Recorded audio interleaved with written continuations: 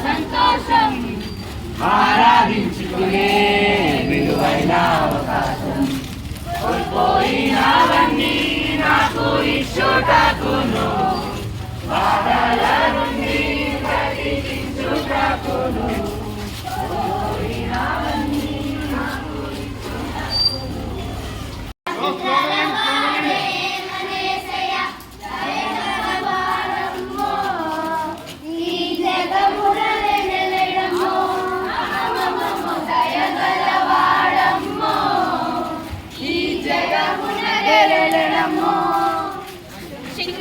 చిత్రాల వాడే మన యేసయ్య చిత్రాల వాడే మన యేసయ్య చిత్రాల వాడే మన యేసయ్య చిత్రాల వాడే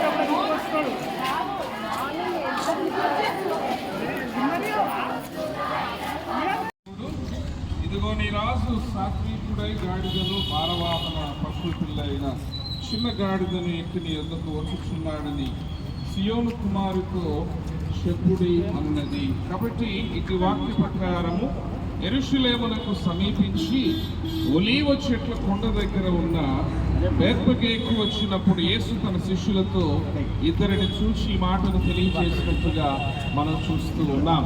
లోకరక్షకుడుగా మానవుల యొక్క పాపములను పరిహరింప చేయుటకై ఈ భూమి మీదకు నరావతారమును ఎత్తినటువంటి యేసుక్రీస్తు ప్రభు మనుషుల యొక్క పాపములను పరిహరింప చేయుటకై తాను శిలువ మ్రాను పైన వేలాడుతూ సర్వ మానవుల యొక్క పాపమును పరిహరింప చేయబడుటకై ఆయన జయప్రవేశము చేసిన ఇటు రోజును బట్టి మరి ఈ సమయమందు తెలియచేయబడేటువంటి సత్య సువార్త యేసుక్రీస్తు ప్రభు నీ కొరకై ఆయన శిలువ మ్రాను పైన వేలాడుటకై సిద్ధపడి బయలుదేరి వెళ్ళినటువంటి ఇటు జయ ప్రవేశము ద్వారా మరి నీకు నాకు మనకు విలువైనటువంటి రక్షణ అనుగ్రహింప చేయుటకి ఆయన సిద్ధపడి వెళ్ళి ఉన్నాడు. కాబట్టి మరి నీవు నేను మనము తెలుసుకొని ఇటు ఉన్నతమైనటువంటి ప్రేమను తాను మన కొరకై కలిగి ఉన్న విధానములో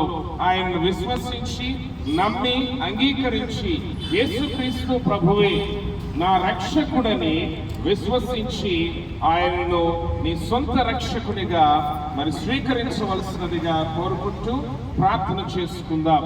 పరిశుద్ధ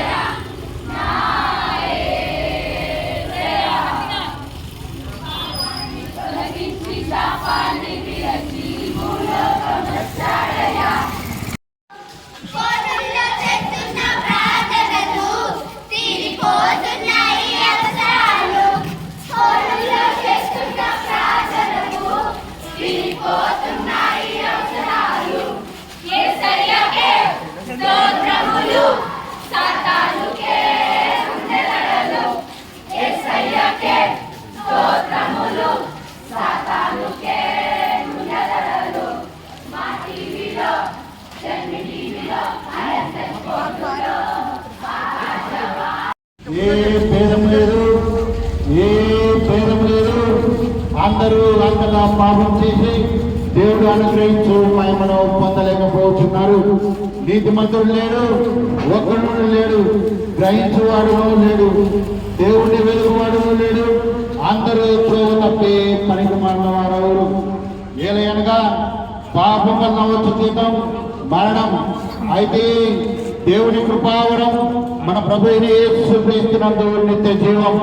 మన పాపములను మనం ఒప్పుకొని ఆయన నమ్మదగిన వాడు, నీతిమంతుడు కనుక సమస్త దుర్నీతి నుంచి మనం తొలగించిన కాలం సంపూర్ణమైనది. దేవుని రాజ్యం సమీపించినది. వారు మనసు పొంది సువార్త నమ్మని ఆ జ్ఞాన కాలంలో దేవుడు చూచి చూడనట్లుగా ఉండేడు.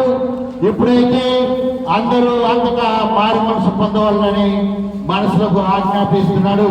యేసు చెప్పాను నేనే మార్గమును సత్యమును జీవమునై ఉన్నాను, నా ద్వారా తప్ప ఎవడునో తండ్రి యొద్దకు లేడు. దేవుడు ఒకడే, దేవుడికి నరులకు మధ్యవర్తి ఒకడే, ఆయన క్రీస్తు యేసు నరుడు. తన ప్రజలను వారి పాపం నుండి ఆయనే రక్షించును కనుక ఆయనకు యేసు అని పేరు పెట్టను. నశించిన దాన్ని వెతికి రక్షించుటకు మనిషి కుమారుడు ఈ లోకమునకు వచ్చినను. వాక్యం నమ్మదగిన పూర్ణాంగీకారమునకు యోగ్యమై ఉన్నది. ప్రయాసపడి భారం మోసుకొచ్చిన సమస్త జనులారా నా యొద్దకు రండి, నేను మీకు విశ్రాంతి కలగజేస్తున్నా అని సెలవిస్తున్నాడు. దేవుడు మనుషులని ఎందుకు పిలుస్తూ ఉన్నాడు అంటే భారంతో మోసుకొచ్చిన జనులను పిలుస్తూ ఉన్నాడు. ప్రసంగి గ్రంథం 7వ అధ్యాయం 28వ వచనంలో దేవుడు నరులను యథార్థవంతంగా చేసినాడు, పుట్టించను కానీ వారు వివిధ తంత్రములతో కల్పించుకొని ఉన్నారు.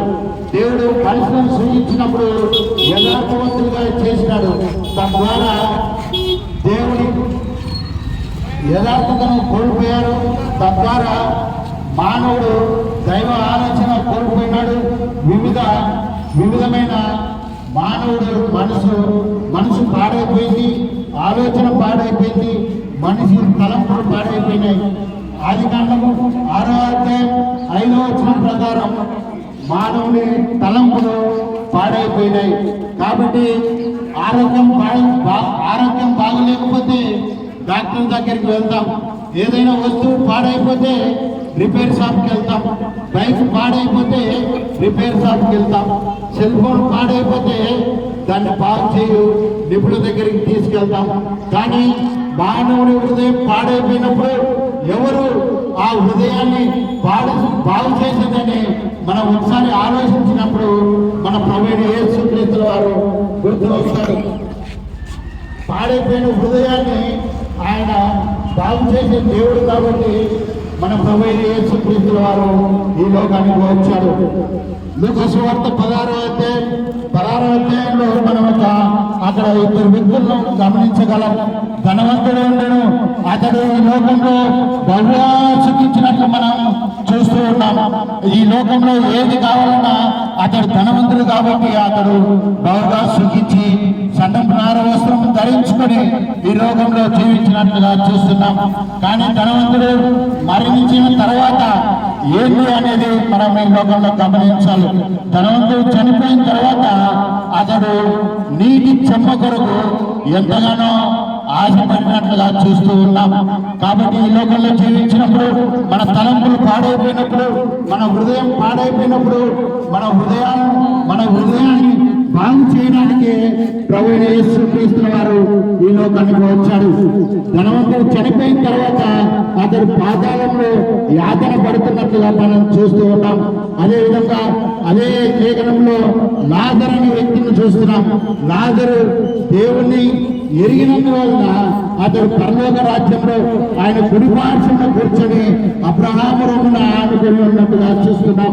కాబట్టి క్రీస్తునందు ప్రియమైన వారులారా, నేను మనమందరం అబ్రహాము రొమ్మున ఆనుకొని ఉండాలంటే, పరలోక రాజ్యంలో నేను ఉండాలంటే యేసుక్రీస్తుని నిజ రక్షకునిగా అంగీకరించవచ్చుగా మనం చేస్తూ ఉన్నాం. మీరు యేసుక్రీస్తుని అంగీకరించినట్లయితే మా సంఘం రైమల్ నగర్ బ్యాప్టిస్ట్ సంఘం మీరు వచ్చి మా పాస్టర్ గారిని సంప్రదించిన వల్ల అనేక విషయాలు మీకు తెలియపరుస్తారు. మనం అనేక విషయాలు మనకు తెలియపరుస్తారు. రాజుల రాజుకే